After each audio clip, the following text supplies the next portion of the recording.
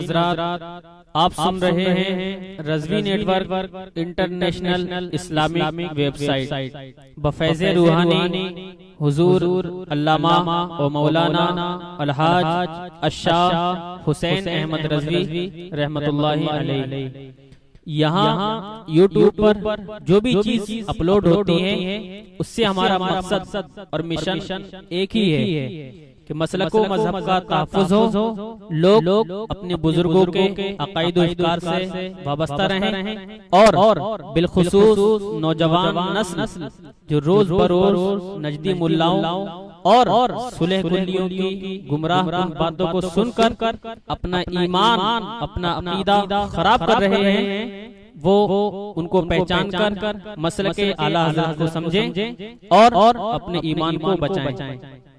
अगर आप हजरात भी अपने यहाँ की कोई कॉन्फ्रेंस, जलसा, कोई प्रोग्राम रज़वी नेटवर्क पर अपलोड करवाना चाहते हैं तो रज़वी नेटवर्क के बानी जनाब अलहाज शेख सज्जाद हुसैन रज़वी से राब्ता कायम करें। WhatsApp number 7887574416। वालेकुम अस्सलाम व रहमतुल्लाहि व बरकातुहू। नहमदुहु व नुसल्ली व नुसल्लिमु अला हबीबिल करीम, अम्मा बाद। फ़ौज़ बिल्लाहि मिनश शैतानिर रजीम, बिस्मिल्लाहिर रहमानिर रहीम। वमा अरसलनाका इल्ला काफ़तन लिन्नासि बशीरन व नज़ीरा।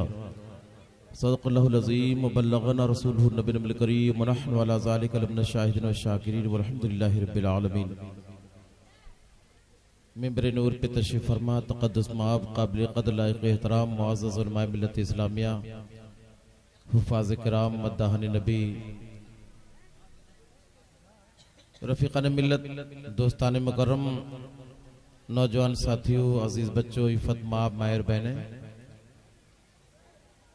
इससे पहले कि थोड़ी देर अपनी मालूमात के एतबार से कुछ बातें गोशगुजार करूं, मैं आप सबका शुक्रगुजार हूँ, खुसूसियत के साथ अपने भाई हजरत असद इकबाल साहब बरेलवी का बेपनाह शुक्रगुजार हूँ कि कम से कम उनकी बात पर आप बैठ गए, वरना मैं समझ रहा था कि दुआ के लिए भी कोई नहीं बैठ पाएगा।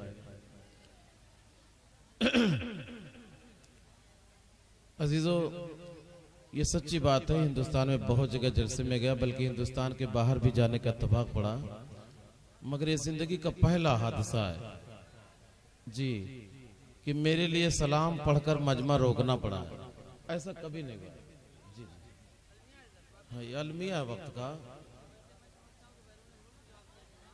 जी बहुत बेहतर था जी, बहुत बेहतर था।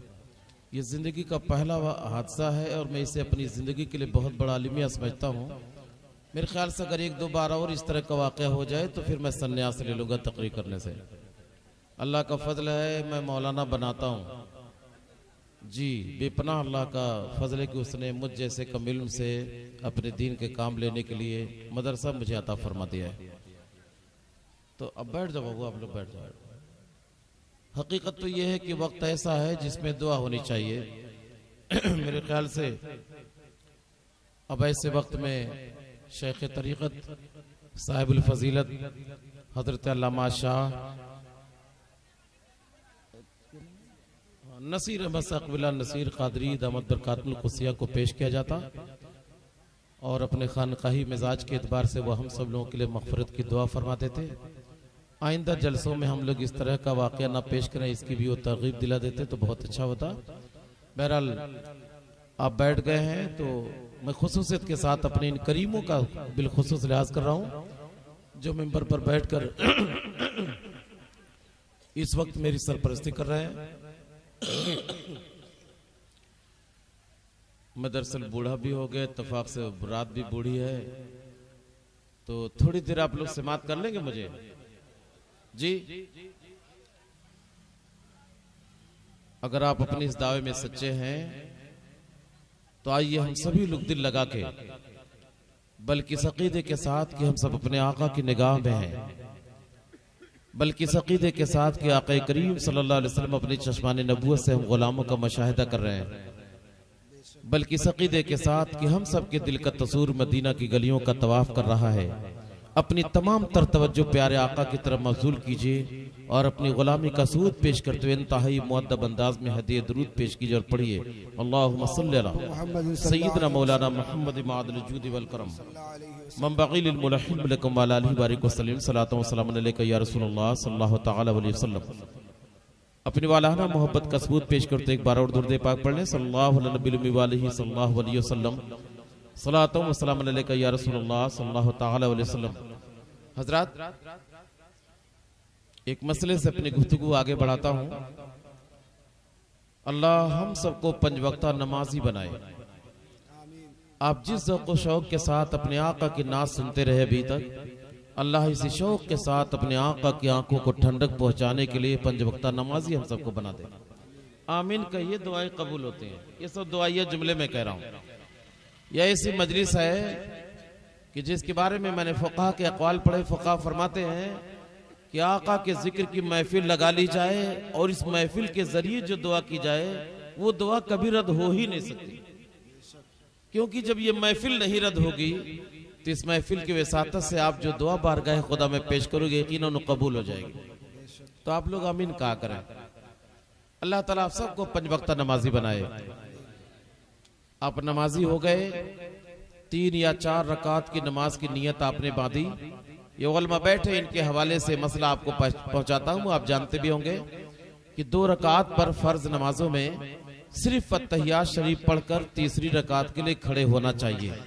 इत्तफाकन आपको तीसरी रकात के लिए खड़े होना याद न रहा और आपने अत्तहियात शरीफ के बाद दरूद शरीफ पढ़ना शुरू कर दिया, अल्लाहुम्मा सल्ली अला मोहम्मद या उससे ज्यादा आपने जुमला पढ़ दिया। फिर याद आया कि हमें तीसरी रकात के लिए खड़े होना चाहिए। आपने अब दरूद वहीं पे छोड़ दिया और तीसरी रकात के लिए खड़े हो गए। 3 या 4 रकात आपने पूरी की। आया ऐसे नमाजी की नमाज हुई कि नहीं हुई? इस ताल्लुक से फुक़हा के दरमियान एक सवाल उठा और जब इसी सवाल को हमने फ़िक़ह शाफ़ी के बीच रखा तो फ़िक़ह शाफ़ी के अजीम फुक़हा फरमाते हैं उसकी बिला कराहत नमाज हो गई, इसलिए कि उसने दरूद ही तो पढ़ा है, कोई गलत काम तो नहीं किया है, नमाज हो गई। लेकिन लाखों सलाम हो उस अजीम फ़क़ीह पर जिसके बारे में खुद इमाम शाफ़ी फरमाते हैं अल फुक़हा